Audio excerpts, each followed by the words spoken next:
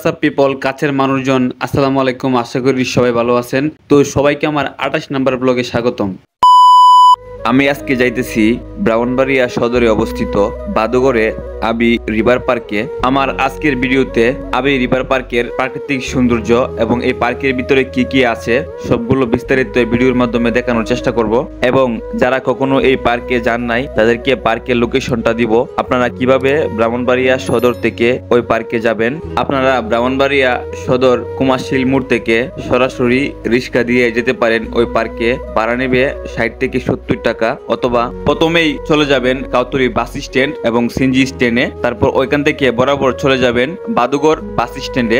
বাদুগর বাস স্ট্যান্ডে যাওয়ার পরে বাম দিকে ঢুকে যাবেন, ছোট একটা রাস্তা গেছে ভিতরে, ওই রাস্তা দিকে ঢুকে যাবেন। তারপর অটো অথবা রিক্সা দিয়ে চলে যাবেন পার্কে। অবশেষে আমরা চলে আসলাম আবি রিভার পার্কে। আর এইটাছে গাড়ি পার্কিং এর জায়গা। গাড়ি পার্কিং এর জায়গাটা অনেক বড় স্পেসের। যারা গাড়ি নিয়ে আসবেন তারা এখানে গাড়ি পার্কিং করতে পারবেন সুন্দর করে। এই পার্কের টিকিট মূল্য হচ্ছে 100 টাকা পার পিস, মানে জনপ্রতি 100 টাকা টিকিটের মূল্য। আর আমার সাথে আজকে আছে জাহিদ ভাই। পার্কের ভিতরে ঢুকেই আমরা অবাক হয়ে যাই। এই পার্কের প্রাকৃতিক দৃশ্যগুলো এতটা সুন্দর যা বলার কোনো ভাষা নাই। আপনি সরাসরি না দেখলে বুঝতে পারবেন না এই পার্কের ভিতরের প্রাকৃতিক দৃশ্যগুলো কতটা সুন্দর। আমি পার্সোনালি সাজেস্ট করব এই পার্কটা একদম নিরাপদ। আপনি আপনার ফ্যামিলি এবং প্রিয় মানুষকে নিয়ে এই পার্কে ঘুরে যেতে পারেন, কারণ এই পার্কটা 100% নিরাপদ আমার জানা মতে। এই পার্কটি 480 শতক জায়গার উপর নির্মাণ করা হয়েছে, সম্পূর্ণ ব্যক্তিগত মালিকানায়। এই পার্কের মধ্যে ডলফিন মাছের স্থাপনাগুলা দেখে খুবই ভালো লাগছিল। আর এখানে ছিল একটা ভয়ঙ্কর প্রাণীর প্রতিকৃতি, যে প্রাণীর নাম আমি জানি না। সত্যি বলতে এই জায়গাটা দেখে আমার কাছে ইউরোপ কান্ট্রির মতো মনে হয়েছে।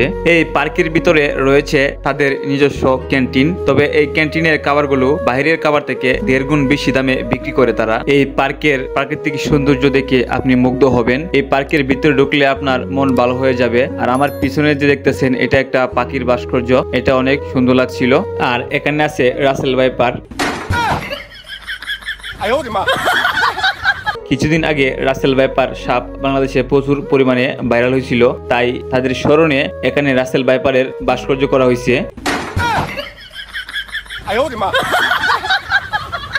এছাড়াও বাচ্চাদের জন্য রয়েছে বিভিন্ন ধরনের রাইড, যেমন সুইমিং পুল, অলজার, আরো অনেক ধরনের রাইড আছে, সবগুলোর নাম আমি জানি না। এই পার্কটা সকাল 10টা থেকে বিকাল 5টা পর্যন্ত খোলা থাকে, এবং আমরা গিয়েছিলাম দুপুর বেলা, এজন্য এরকম জাঁকজমক নেই।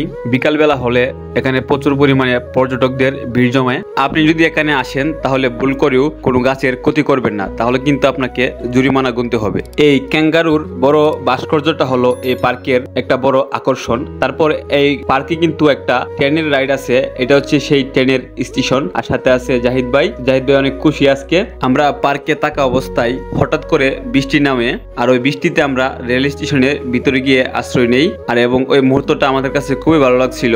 আমি এখন আছি জুজু ল্যান্ডের সামনে। আসলে একটা বিষয় খুবই ভালো লাগছে, এই পার্কের ভিতরে ছোট একটা চিড়িয়াখানাও কিন্তু রয়েছে। আর এই চিড়িয়াখানার ভিতরে কি কি রয়েছে আমি আপনাদেরকে এখন সরাসরি দেখাবো। চিড়িয়াখানায় ঢুকতে না ঢুকতেই আমার চোখে পড়লো উট পাখিগুলোকে।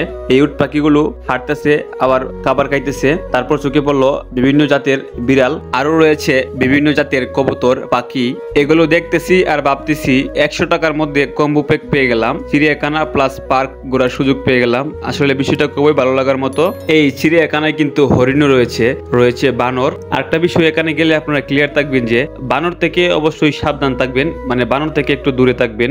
এই চিড়িয়াখানায় আরো রয়েছে বিভিন্ন জাতের মুরগি এবং অ্যাকোরিয়ামের মধ্যে বিভিন্ন ধরনের মাছ। চিড়িয়াখানার পিছনের এই দেয়ালটার মধ্যে গ্রাম বাংলার চিত্র আঁকা আছে। তো এই জায়গাটা আমার কাছে অনেক ভালো লাগছে। পার্কের একবারে কর্নার সাইডে কিন্তু একটা পুকুর রয়েছে, এই পুকুরটাও অনেক সুন্দর। পুকুরের মাঝখানে কিন্তু কুমিরের একটা স্তম্ভ দেখা যায়। তারপর এই পুকুরের মধ্যে বিভিন্ন ধরনের রাইডও রয়েছে, নৌকার।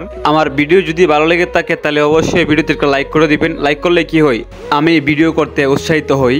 আর অবশ্যই আমি ব্রাহ্মণবাড়িয়া জেলার বিভিন্ন সুন্দর সুন্দর জায়গা ভিডিও করে আপনাদের দেখানোর চেষ্টা করি। তো ব্রাহ্মণবাড়িয়া জেলার কোন গ্রাম থেকে আপনি আমার ভিডিওটা দেখতেছেন অবশ্যই কমেন্ট করে যাবেন। আর অবশ্যই আমার ভিডিওটা শেয়ার করে দিবেন, যাতে ব্রাহ্মণবাড়িয়া জেলার প্রত্যেকটা মানুষ এই ভিডিওটা দেখতে পারে, এবং দেশের বাইরে যারা আছে ব্রাহ্মণবাড়িয়া জেলার তারাও যাতে এই ভিডিওটা দেখতে পারে। আপনারা বেশি বেশি করে ভিডিওটা শেয়ার করে দিবেন। আমার আজকের ভিডিও এই পর্যন্ত। দেখা হবে অন্য কোনো ভিডিওতে, অন্য কোনো ব্লগে। Tata, bye bye.